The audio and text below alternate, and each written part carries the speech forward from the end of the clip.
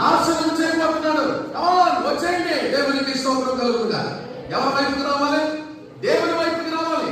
దేవుడు కొరపెడుతున్నాడు లోతు కుటుంబాన్ని. కానీ లోతు వారికి ఏమాత్రం గ్రహింపు లేకుండా. ఆ చదువు తరగతి 14 అయితే అతడు తన అల్లుల దృష్టికి ఎగతాళి చేయవాడిగా ఉండేది. తెల్లవారినప్పుడు ఆ దూతలు ఆ లోతుని ఏం చేస్తున్నాడంట? దేవునికి స్తోత్రం కలుగుగా. మీరు అలా దేవుడు ఎంత దయగలవాడు మీరు వచ్చినప్పుడు గమనించగలగా. తెల్లవారితే వినాశనం, సుధమ గోపురం పడిపోద్దని తెలిసి దేవుడు తాను ప్రేమించిన లోతుని తప్పించాలని దేవుడు తొందరపడుతున్నాడా? లోతు తొందరపడ్డా? దేవుడి తొందరపడుతున్నాడు. దేవునికి స్తోత్రం కలుగుగా.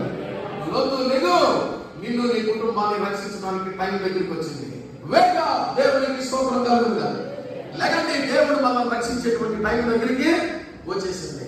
లేకండి, దేవుడి రాకడ కొరకు సిద్ధపడండి. ప్రభు రాకడ దగ్గరికి వచ్చేసి దేవునికి స్తోత్రం కలుగుగా.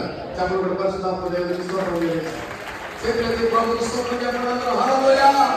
దేవుడి రాకడ దగ్గరికి వచ్చిన దినాలలో ప్రభు యేసుక్రీస్తు వారు బోధిస్తున్న అద్భుతమైన బాధ ఏమిటంటే, లోతు దినాల్లో జరిగినట్టు జరగబోతుంది ప్రపంచానికి.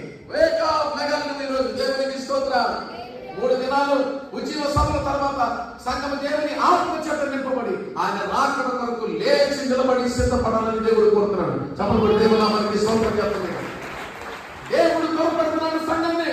నువ్వు ఇంకా శ్రద్ధ చేయకూడదు, దానివల్ల నువ్వు చాలా ప్రమాదాలకే గురైపోతావు. అందుకే చెప్తున్నాడు దేవుడు. దేవుడు రమ్మన్నప్పుడు, దేవుడు నిలబడమన్నప్పుడు